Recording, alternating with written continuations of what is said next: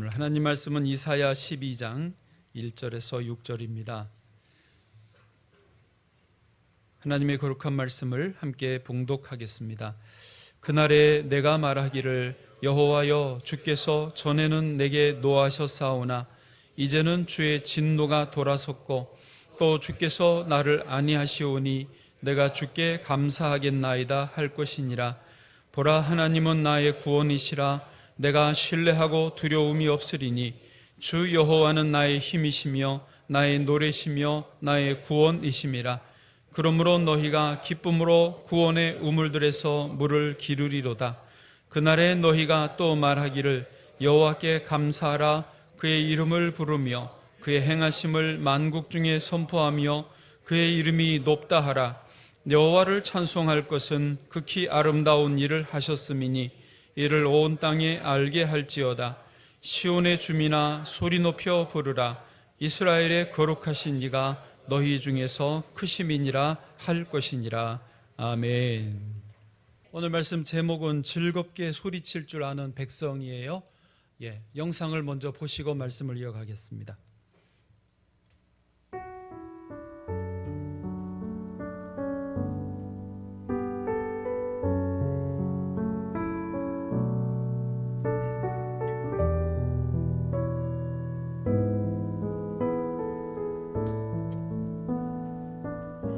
한 군데 갔더니 왜 난데없는 젊은 청년이 나타나가지고 스님 염불하고 댕기지 말고 예수 믿고 구원받았소.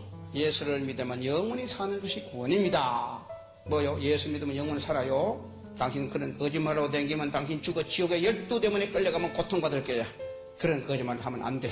부처님 저 어리석은 청년을 용서하옵소서. 나무아미 타. 그리고 가는데 이게 또 따라오네. 와가지고 뭐라고 하는 거야? 예수는 생각해보고 믿고 이 책을 좀 한번 읽어보라고 주더라고요. 시주사를 얻으려고 짊어지고 되어 있는 바람망태다. 그 책을 쑥 집어 엿버려요. 절에 와가지고 피 보니까 막 쌀이 묻어있는 신약 성경책이 한 권이 나왔어. 기독교 신자가 이 책을 보고 모두 예수 믿는데 이게 뭔 진리가 그래도 안 있겠나 싶어요. 그래가지고 다른 사람들 몰래 감춰가지고 다니면서 6번 봤어요. 근데 이상해요. 신약 성경 6번 읽었는데 이 생각 저 생각 하다가 말씀 한마디가 내 머리에 떠올라요. 수고 무거운 짐진 자야, 다 내게 오라. 내가 너를 쉬게 하리라. 서가모니 부처는 80을 살아도 그런 소리 한 번도 안 했어. 근데 예수는 자신이 있으니까 오라고 안 했겠느냐. 아이고 모르겠다 가자. 그래가지고 뛰쳐나와 버렸어. 이 성경책을 보고 기독교의 주인공이 살았다. 그러면 우리는 죽은 주인공의 복 달라고 빌 것이 아니라 산 주인공의 복 달라고 비는 것이 인간의 가치를 할 수 있는 방법이다. 그래서 나도 믿어야 되겠다는 마음을 결심한 것이. 그래가지고 저는 서울 감신대학을 졸업해가지고 그래서 제가 감리교 목사 안수를 받게 된 거예요. 우리 아버지가 원구 스님이신데 74년 동안 주절했단 말이에요. 그래 내가 이 목사가 어떻게 전도하겠습니까? 그래서 저는 아버지 하나님께 기도했지요. 구하면 주신다고 했지 않습니까? 제가 목사하려면 우리 아버지가 예수 믿어야 되겠사온데 아버지를 전도할 수 있는 힘을 주시고 지혜를 주시고 능력을 주시옵소서. 오랫동안 기도했습니다. 그리고 그동안에 아버님과 헤어져 있었기 때문에 명절이 오면은 시를 써보기도 하고 글을 써보기도 하고 편지를 써보기도 했습니다. 이것을 전부 다 모아가지고 하나의 노래를 만들었어요. 이것이 바로 효도가인데 아버님 그동안 만수무강 하셨습니까? 아버지가 내 모습을 보고는 나하고 인연이 끝났는데 돌아가라 그래요. 아버님 자식이 어떻게 인연이 끝났습니까? 아버님 예수 믿고 구원 받으셔야 됩니다. 쓸데없는 소리 하지 말고 가라 그래요. 안 갑니다. 언젠가는 아버지가 성령님의 감동받으면 믿게 될 겁니다. 그때까지 저는 아버님을 위해서 기도하렵니다. 그리고 나이가 74살 먹은 할아버지 앞에서 저녁마다 엎드려가지고 아버님 제가 보고 싶어서 이 글을 써가지고 왔는데 한번 들어보실랍니까? 필요 없다 안 된다 그래요. 들어보세요. 그러면서 그 노래를 4개월 동안을 저녁마다 아버지 앞에서 불러드렸습니다. 아버지가 은혜를 받아서 기독교에도 그런 효도관이 있느냐 물어요. 아버님 기독교는 살았을 때 효도하는 종교시다. 그래서 제가 아버지 찾아왔습니다. 그랬더니 네 같은 놈 인간 만들어 돌려보내는 거 보니까 기독교가 괜찮구나. 나도 너를 따라 예수 믿지. 할렐루야. 저희 아버님은 74살에 74년을 입었던 성복과 염주 그리고 책 같은 거 사정없이 불태워버리고 예수 믿게 됐습니다.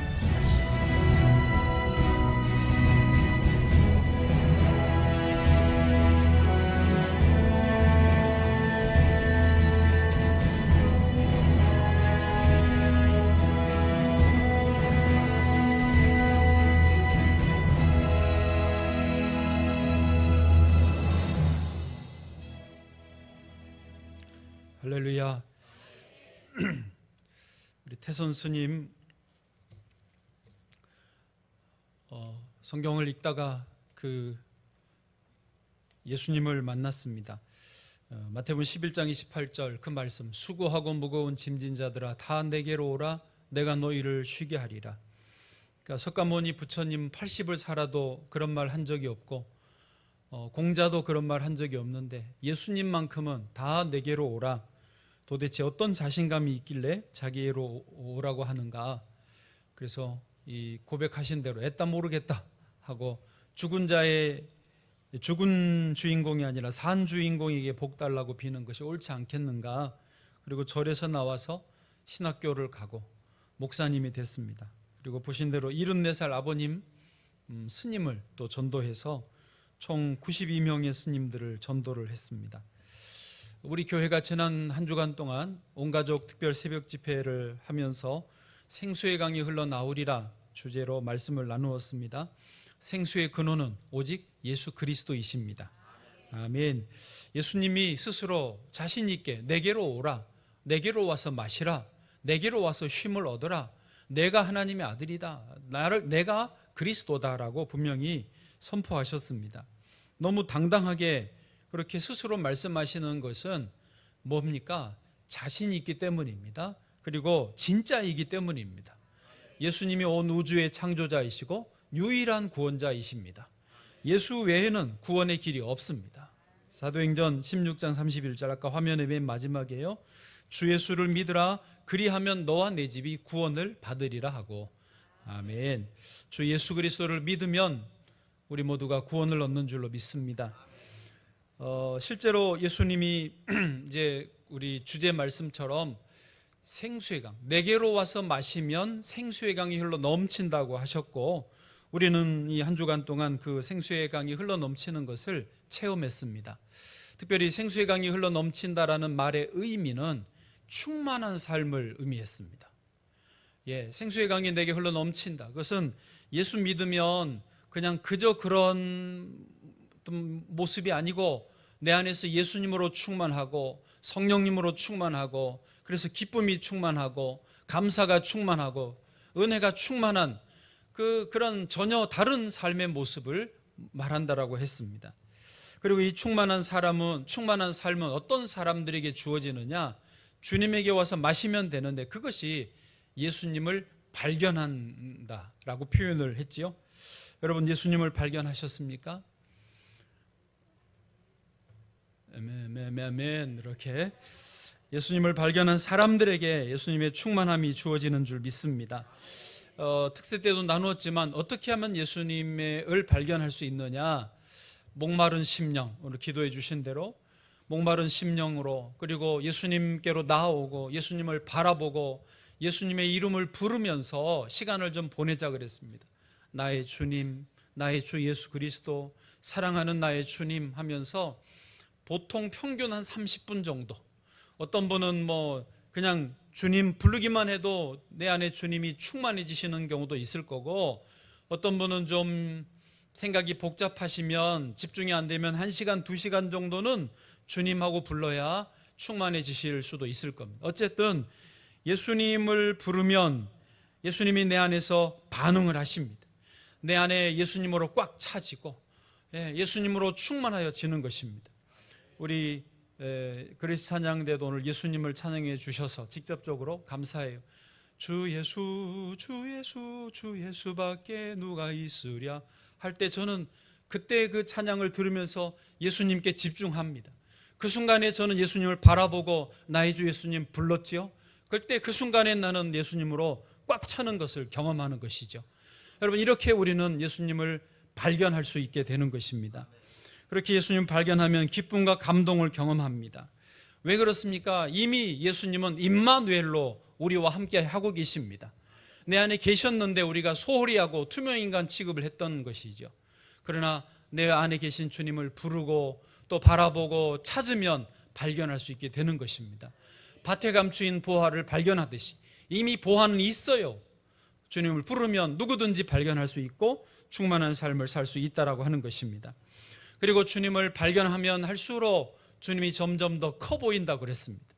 저도 실제로 지난 주간에 예수님을 제가 왜 모릅니까? 신학도 하고 성경도 알고 설교도 하는 사람 예수님을 제가 모르겠습니까? 그런데 지난 주간에 집중해서 더 예수님을 찾았더니 그전보다 더 예수님이 커 보이는 거예요. 제가 주님이 광대한 줄 알았지만 정말로 광대하시고 위대한 줄 알았지만 더 위대하시고 더 놀라우신 온 우주에 가득하신 그런 주님으로 보여지는 것입니다. 주님이 점점 더 커 보이는 은혜가 있습니다. 하늘과 땅의 모든 권세가 주님에게 있구나. 이게 말씀으로만 아니라 실제로 영으로 보여지는 것이죠. 성경 말씀이 다 믿어집니다. 꿀송이보다 달고. 그래서 성경 통독하는 그 본문 따라서 저도 다시 따라서 읽는데 아마 이사야 12장까지가 어제 토요일까지 본문이었을 거예요. 기도하면 기도의 제목이 다 이루어질 걸로 믿어집니다. 왜요? 주님이 이렇게 크신 분인데 요거 안 들어주시겠습니까? 다 이루어주실 것이 믿어지는 거예요. 할렐루야. 그런 의미에서 주님을 발견하면 충만한 삶이 이어진다라고 하는 것입니다. 우리의 삶은 또 새로워지는 것이죠. 예수님을 발견하신 저와 여러분의 삶이 우리 교회가 또 한번 새로워진 줄로 믿습니다. 독수리가 날개치며 올라감 같이 말이죠. 나비가 번데기에서 나와가지고 하늘을 홀럴 나는 것처럼 그렇게 새로운 삶의 모습으로 나아갈 줄로 믿습니다. 우리 2부 예배가 1부 예배나 3부 예배보다 아멘이 작아요. 왜 그러느냐면 시간대가 그런 것 같아요. 사람이 아니고 요 시간대가 좀 우리가 아침에 딱 깨가지고 반짝했다가 점심 되기 전에 약간 노곤한 때인 것 같아요. 그래서 제가 지금 수십 년까지는 아니고 15년 여기 해보는데 2부 예배 때가 아멘이 평소보다 작아요. 그거는 뭐 어쩔 수 없어요. 그거는 뭐 억지로 큰 소리를 지르실 필요는 없지만은 예수님을 발견하고 예수님으로 영이 충만하시기를 축복합니다. 네, 할렐루야. 그래서 2부 예배가 들으시는 분들이 막 얼굴에 꽃이 피고 분위기가 살아나고 은혜가 넘치는 그레이스 찬양대 되는 줄로 믿습니다. 자, 이제 그런 의미에서 이렇게 예수님을 발견하고 생수의 강이, 즉 충만한 삶으로 이어진 사람들이 오늘 이사야 12장의 말씀과 같은 찬송시를 부른다라고 하는 겁니다. 그러니까 이 주님을 발견하지 못한 사람들은 이 이사야 12장을 할 수가 없습니다. 발견하신 분들만 찬송할 수 있다라는 교회가 부르는 찬송시가 이사야 12장입니다. 자, 세 가지로 나누는데 첫 번째, 그날에 즐겁게 소리치라는 것. 그날에 즐겁게 소리치라. 오늘 말씀 1절 보시면 1절 한번 같이 읽겠습니다. 시작. 그날에 내가 말하기를 여호와여 주께서 전에는 내게 노하셨사오나 이제는 주의 진노가 돌아섰고 또 주께서 나를 아니하시오니 내가 주께 감사하겠나이다 할 것이니라. 아멘. 여기 그날에 쭉 내가 말하기를 하면서 여호와께 감사하겠나이다 할 것이니라. 그렇게 해야 된다라고 하는 말씀이고요. 또 이 그날에가 4절에도 반복됩니다. 4절도 보시면 제가 읽습니다. 그날에 너희가 또 말하기를 여호와께 감사하라. 그의 이름을 부르며 그의 행하심을 만국 중에 선포하며 그의 이름이 높다 하라 라고 말씀하고 있습니다. 도대체 이 그날이 어떤 날이길래 이렇게 그날에 여호와께 감사하고 그날에 만국 중에 여호와를 선포하라고 하는 것인가? 그래서 일단은 그날을 중요하게 생각하고 그날에 즐겁게 소리치라라고 첫 번째 제목을 정했습니다. 자, 그날은 어떤 날이냐 말씀을 드리면 궁극적으로 메시아이신 예수 그리스도가 우리에게로 오신 날입니다. 예, 예수님은 언제 오셨습니까? 네? 여러 번 오셨죠. 그렇죠? 예수님의 오심을 크게 3번 나누어서 설명해 볼 수 있습니다. 첫 번째 오신 것은 예수님의 초림, 2000년 전에 오신 거죠. 우리 같은 이사야서 11장 10절에 보시면 이렇게 되어 있습니다. 그날에 이새의 뿌리에서 한 싹이 나서 만민의 기치로 설 것이요 열방이 그에게로 돌아오리니 그가 거한 곳이 영화로우리라. 아멘. 여기서 지금 이사야서는 예수님이 실제로 오시기보다도 700년 전에 기록된 내용입니다.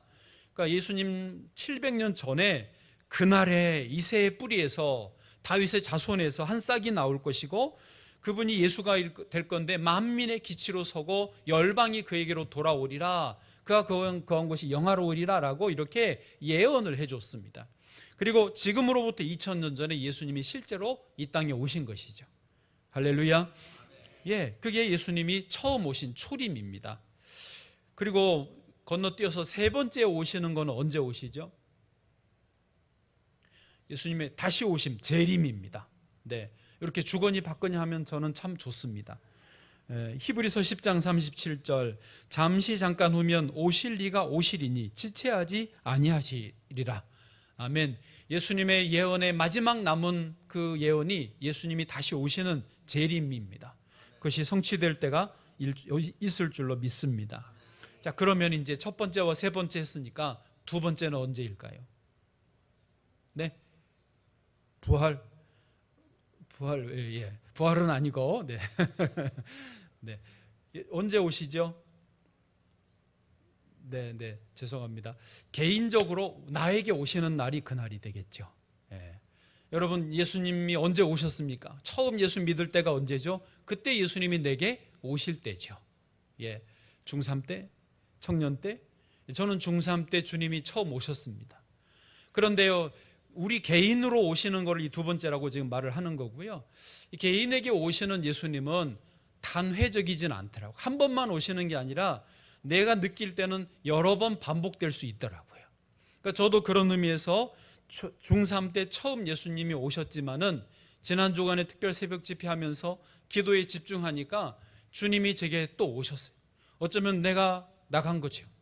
누구든지 목마르거든 내게로 와서 마시라, 그 말씀을 붙들고 예수님께로 나오고 집중하고 주님을 발견하였던 그 주간이었습니다. 이렇게 누구나 주님 앞으로 나오는, 또 주님이 오시는 그 날이 이 2번째가 되는 것입니다. 제가 아까 말씀드린 대로 주님이 지난 주간에 새롭게 발견되면서 이전보다 주님이 훨씬 더 커 보이고 저도 성령이 충만해지는 체험을 또 한 주간 했습니다. 그래서 본래는 특별 새벽 집회 하는 주간 지나고 오늘 이 주일날은 설교를 외부 강사에게 부탁을 하거든요. 지쳐서 못하니까. 그런데 제가 막 충만해져 가지고 강장로님도 이제 외부 강사 부르시죠. 그런데 제가 해볼게요 그랬다가 어젯밤에 엄청 후회했습니다. 완전히 죽을 것 같더라고요. 막 토할 것 같고 창자가 꼬이는 것 같고 아무것도 못하고 이렇게 좀 일찍 잠 자려고 누웠는데도 잠이 안 옵니다. 어찌 새벽에 일어나가지고 12시에 깨고 또 4시에 깨서 어떻게 준비를 해서 왔습니다만은 지금 제가 전혀 안 피곤해 보이죠. 네, 일부 예배를 드리는데 힘이 나는 거예요. 다시 예수님 앞에 나오니까, 예수의 이름을 부르니까. 일부 때는 성가대가 찬양을 은혜의 주 생명의 주 부르는데 예수님을 다시 또 발견하니까 힘이 나는 거예요. 오늘 이렇게 또 찬양대에서 또 예수님을 해주니 또 힘이 나는, 여러분 예배가 그런 겁니다. 다 지쳐 쓰러지는 사람도 예수님 앞으로 나오면 충만해지는 것이 예배입니다. 할렐루야. 살아있는 예배를 살아계신 하나님께 드리기를 원합니다. 그래서 우리 모두에게 지금이 그날이가 된 거죠. 그날이에요. 그날에 우리 믿음의 사람들, 주님의 교회는 무엇을 해야 하는가? 즐겁게 소리치라는 것입니다. 사마리아 여인은 정오에 우물로 물 들어왔다가 예수님을 만났습니다. 예수님을 만나고 나니까 너무 좋은 거예요. 그날이 된 거예요. 예수님 만난 그날이, 야곱의 우물에서 주님 만난 그 자리, 그날이, 그 시간이 여기서 말하는 그 날이 됐습니다. 그래서 제가 그때 흉내를 좀 냈지만 자기가 가져온 물동이를 내버려 두고 자기가 피해서 시선을 피해서 왔던 사람들을 향하여 달려가는 거예요. 너무 신나가지고 야호 하면서 즐겁게 외치는 그 사마리아 여인의 모습이 여기서 말하는 그것이라는 거죠. 한번 보실까요? 요한복음 4장 28, 29절입니다. 같이요. 시작. 여자가 물동이를 버려두고 동네로 들어가서 사람들에게 이르러 내가 행한 모든 일을 내게 말한 사람을 와서 보라. 이는 그리스도가 아니냐 하니. 아멘. 그렇습니다. 저와 여러분도 아무리 힘든 상황일지라도 주님을 만나시는, 주님이 내게 오시는 그 경험을 하시면 그날이 되는 거예요. 즐겁게 외치는 날이고 즐겁게 외치는 충만한 삶이고 생수의 강이 흘러 넘치는 삶이 되어지는 것입니다. 주님이 주시기 원하는 선물이, 삶의 모습이, 삶의 양태가 그런 거라는 거예요. 몸은 나이 들어도 지쳐서 힘이 없어도 내면은 살아서 내 속사람은 새로워지는 모습이라는 것이죠. 아까 보신 영상의 태선 스님도 예수님을 발견한 이후에는 신학을 가고 목사가 되고 아버지를, 다른 스님들을 전도하는 전도자의 삶을 살았지 않습니까? 여러분, 오늘이 그날이시면 즐겁게 외치시기를 축복합니다. 그 다음에 두 번째로 뭐라고 외쳐야 되느냐? 여호와가 구원이시라고 즐겁게 외치라는 거예요. 뭐라고 외치라고요? 여호와가 구원이시라고. 예, 다시 1절로 보시면 그날에 내가 말하기를 여호와여 주께서 전에는 내게 노하셨사오나. 그 전에 앞에 11장까지 진노의 심판을 쫙 이야기하셨거든요. 그러나 이제는 주의 진노가 돌아섰고 또 주께서 나를 아니하시오니 내가 주께 감사하겠나이다 할 것이니라. 여호와가 구원이라고. 2절도 마저 보실까요? 2절은 같이 읽습니다. 시작. 보라, 하나님은 나의 구원이시라. 내가 신뢰하고 두려움이 없으리니 주 여호와는 나의 힘이시며 나의 노래시며 나의 구원이심이라. 아멘. 보라, 하나님이 나의 구원이시다. 내가, 여호와는 나의 힘이요 나의 노래요 나의 구원이시라고 이렇게 즐겁게 외치는 모습을 보여주고 있습니다. 종교개혁자였던 마틴 루터는 가톨릭의 사제였습니다. 그런데 워낙이 진지하고 진실한 분이어서 로마 가톨릭의 교리에 따라서 자기가 수도를 했는데도 영혼의 자유함이 없는 거예요. 내가 구원받았다, 내가 하나님의 진노의 심판에서 벗어났다, 이 확신이 없는 거예요. 이렇게 내가 사제로서 로마 법을 따라도 하나님의 진노의 심판 앞에 서면 내가 지옥불에 떨어질 것 같은 거예요. 죄가 계속 생각나고 너무너무 괴로운 거예요. 성경 말씀을 그대로 다 못 지키는 자신을 보면서 너무 힘들어가지고 견디지를 못하는 거예요. 그래서 사제이면서 루터가 그 유명한 이야기가 있습니다. 로마 교황청으로 갈 때에 그 방문하려고 그러면 계단들이 있는데 거기를 무릎으로, 추운 겨울에 무릎으로 계단을 올라가면서 자기 스스로 속죄를 했습니다. 그거를 했는데도 이 속에 있는 죄책감이 사라지지가 않습니다. 그래서 가톨릭에는 또 고해성사라는 게 있지 않습니까? 자기 이제 담당 신부님한테 고해성사 좀 받아주세요. 그래서 칸막이 놓고 이쪽 저쪽에 앉아서 내 속에 있는 죄를 다 고백하지 않습니까? 그를 3시간을, 어떨 때는 5시간을 죄를 고백하는 거예요. 왜? 그래야 내 죄가 다 씻어진다고 하니까. 그 고해성사를 들어주는 신부님이 질려가지고, 아니 보통 사람들은 10분 30분 길어야 1시간 하면 끝나는데, 아니 이 인간은 뭔 죄가 그렇게 많은지 자기가 볼 때는 별로 심각하지도 않는데 미주알 고주알 그거를 아주 세밀하게 들어가가지고 고백을 하니 듣는 분이 질려가지고 소문이 났습니다. 루터가 고해성사 한다 그러면 피해라, 걸리면 죽는다. 그런 정도로 루터가 심각하게 이 속에 있는 죄책감, 두려움, 진노의 심판을 피할 길이 없는 그 속에서 힘들어했습니다. 그러다가 루터가 어느 날 성경을 읽다가 오직 의인은 그 믿음으로 말미암아 살리라. 로마서 말씀, 오직 의인은 믿음으로 살지 무슨 어떤 행위로 사는 게 아니다, 이것을 발견하고 비로소 자유함을 얻었습니다. 비로소 성경이 보이고 비로소 예수 그리스도의 십자가가 보이고 그 부활의 능력이 보여지는 거예요. 그때부터 루터가 새로워졌습니다. 그래서 아주 괴로워하는 로마 사제에서 종교개혁을 부르짖는 개혁가가 된 것이죠. 여러분, 우리도 그렇습니다. 오늘 다시 2절을 보시면 보라, 하나님은 나의 구원이시라. 내가 신뢰하고 두려움이 없으리니. 하나님을 온전히 믿으면 두려움이 없어지는 거예요. 거기서부터 주 여호와가 나의 힘이요 나의 노래요 나의 구원이라고 선포하고 외칠 수 있게 되어지는 것입니다. 이것을 모르면 따지는 것입니다.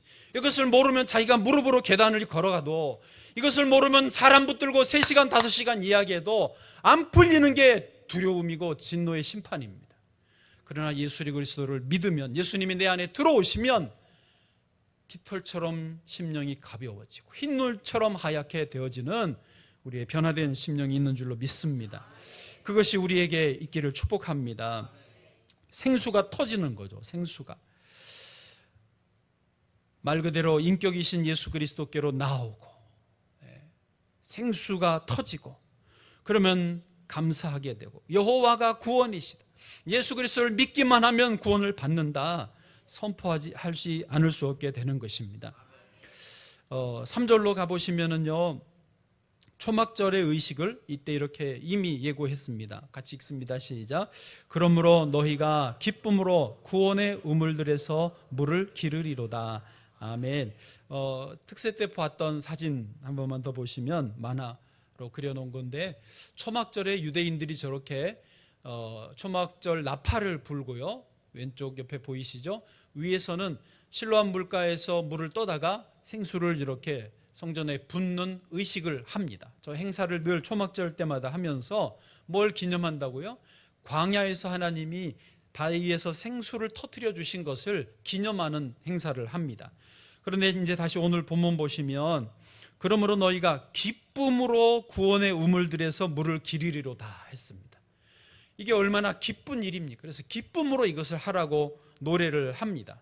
그런데 이제 문제가 뭐냐면, 매년 초막절 행사를 이렇게 하고 물을 떠서 부을 때 처음에는 기쁨으로 했어요. 하나님 우리에게 물을 주셨다, 기쁨으로 했는데, 사람은요 언제나 반복하면 의미를 점점 잃어버립니다. 그러면서 기쁨이 사라져요. 그냥 물 떠다가 아유 물 왜 이렇게 무거워, 통 좀 작은 걸로 바꾸자, 그러고는 이제 기쁨이 아니라 해야 되니까 하는 거고 타성에 젖어버리는 거죠. 여러분, 예배도 평생 드리다 보면 그럴 수 있습니다. 예배가 행사가 되면, 예배가 형식이 되면은 기쁨이 없어요. 목사는 오죽하겠습니까? 주일에 3번씩 하는데, 새벽마다 하는데. 그런데 이 기쁨이 정말로 항상 유지될 수 있는 비결이 뭐냐? 다시 그 그림 보시면, 그래서 예수님이 외치신 거예요. 누구든지 목마르거든 내게로 와서 마시라. 나를 믿는 자는 그 배에서 생수의 강이 흘러나오리라. 아멘.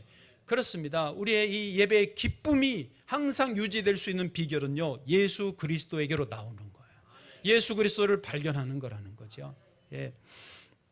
옛날에 저희 시골에서 아마 대부분 그랬을 거예요. 초상이 나면은 집에서 장례를 치렀습니다. 그렇죠? 시신을 관에 넣어놓고 안방에 하고 저기 병풍 쳐놓고 그 앞에서 손님 받기도 하고, 어떨 땐 거기서 밥 먹기도 하고, 냄새가 이제 여름에는 솔솔 썩는 냄새가 나기도 하고 그렇습니다. 근데 유교 전통이니까 곡하는 사람들을 불러다가 곡소리를 내게 합니다. 부모님이 돌아가셨는데 곡소리가 끊기면 안 된다, 그래가지고 잘 우는 사람들 2 혹은 3을 돈을 주고 삽니다. 그분들이 와가지고 관 옆에 앉아가지고 아이고 아이고 그러고, 저 조문객이 와서 상조들이 인사하면 옆에가 아이고 아이고 소리를 내주는, 그 소리 전 어려서 봤어요. 근데 이분들이 그 아이고 아이고가 진짜 자기의 울음입니까? 돈 받고 하는 거죠. 그리고 그 중에 잘 우는 분들은 돈을 더 줘요. 그래 봐야 다 연기죠, 연기. 이런 마찬가지로 우리가 하나님 앞에 이 초막절에 생수를 부으면서도 그 생명력이 없고 기쁨이 없으면은 그건 참 생수가 아닌 거죠.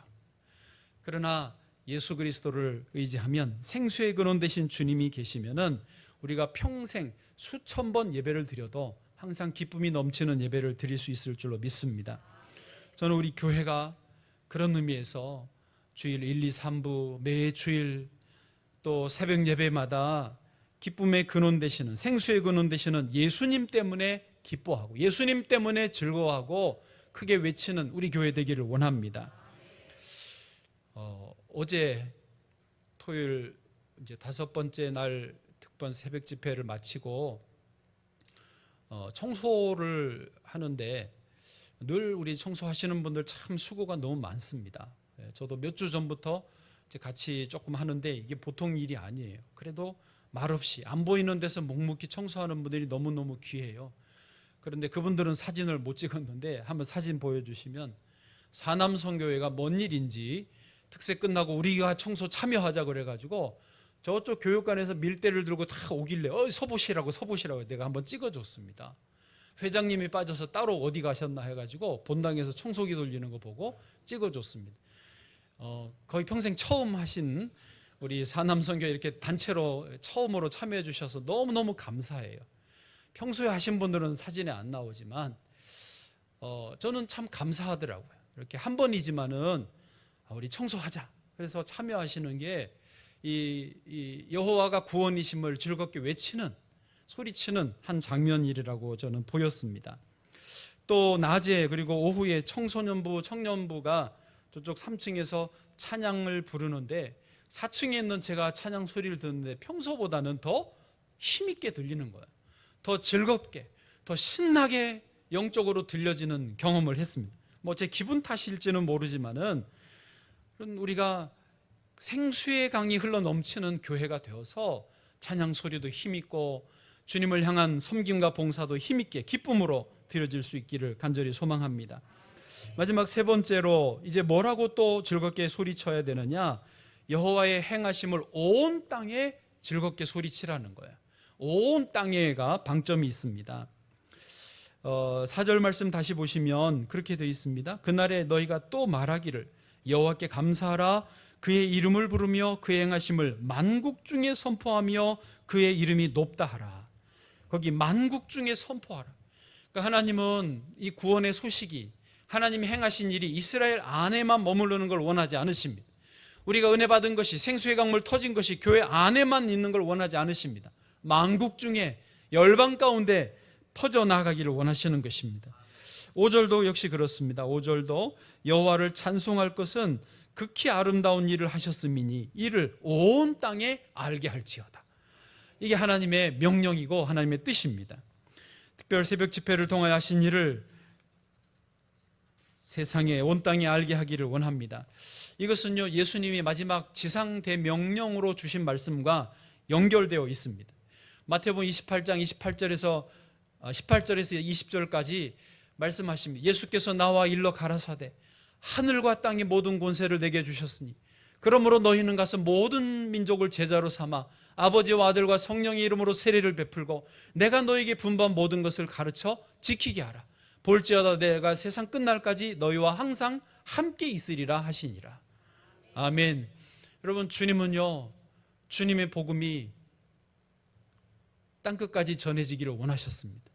그래서 예루살렘과 온 유대와 사마리아와 땅끝까지 내 증인이 되라고 분명히 명령하셨습니다. 우리 교회가 주님의 복음을 시온의 주민이 되어서 소리를 높여 외치고 온 세계에 알리기를 간절히 축복합니다. 그 프랑스 파리 올림픽이 이제 끝나졌는데 개회식 때 최후의 만찬을 패러디하면서 동성애자들, 트랜스젠더들이 무슨 퍼포먼스 하는 게 우리는 너무너무 마음이 불편했습니다. 파리가 불쌍하다.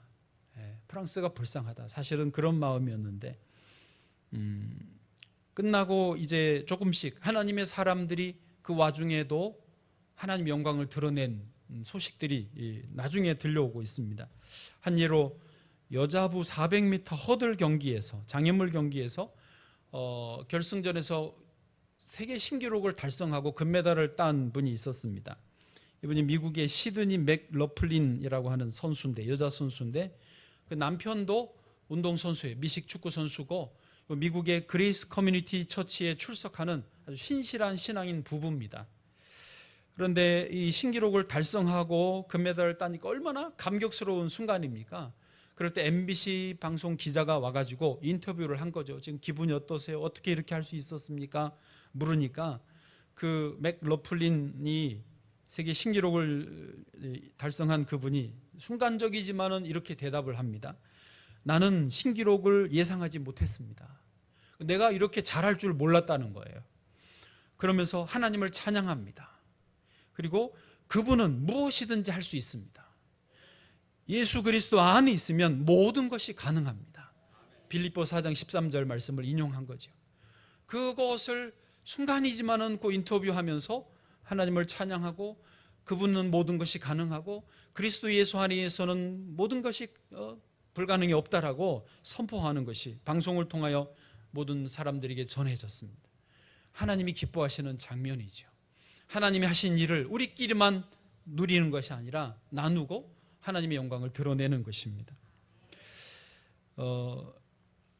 말씀을 마치면서 우화 하나 하고 마칩니다. 옛날에 숲속으로 한 4명의 남자가 여행을 갔습니다. 그런데 높은 담벼락이 쳐져 있고 저 너머에 뭐가 있는지 모르겠는 거예요. 그 자기들끼리 사다리를 만들어서 한 사람씩 올라가서 봤습니다. 또 이 글쎄 세상에 담벼락 너머에는 너무 아름다운 새로운 세상이 펼쳐져 있는, 모든 것이 풍요로운 너무 황홀한 세상이 펼쳐져 있는 거예요. 그래서 첫 번째, 두 번째, 세 번째 사람은 다 야호 하고 그 세상으로 건너가, 나 여기 살 거야 하고 갔습니다. 네 번째 사람은 거기를 봤지만 내가 가야 되겠지만 내 혼자 가면 안 되겠다. 집에 있는 가족들, 내 친구들, 내 아는 동네 사람들에게 이거를 알려주고 가야 되겠다.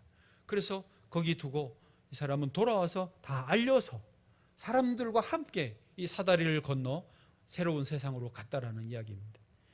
여러분, 하나님의 마음이 여기 있으리라 믿습니다. 우리 교회는 즐겁게 외치는 백성, 외칠 줄 아는 백성 되기를 축복합니다. 시편의 말씀에 즐겁게 소리칠 줄 아는 백성은 복이 있다라고 그랬어요. 하나님의 구원을 소리치고 여호와 행하심을 만방에 외칠 줄 아는 그 백성은 복이 있다라고 하셨습니다. 그런 의미에서 우리 명성비전교회가 이런 교회 되기를 간절히 소망합니다.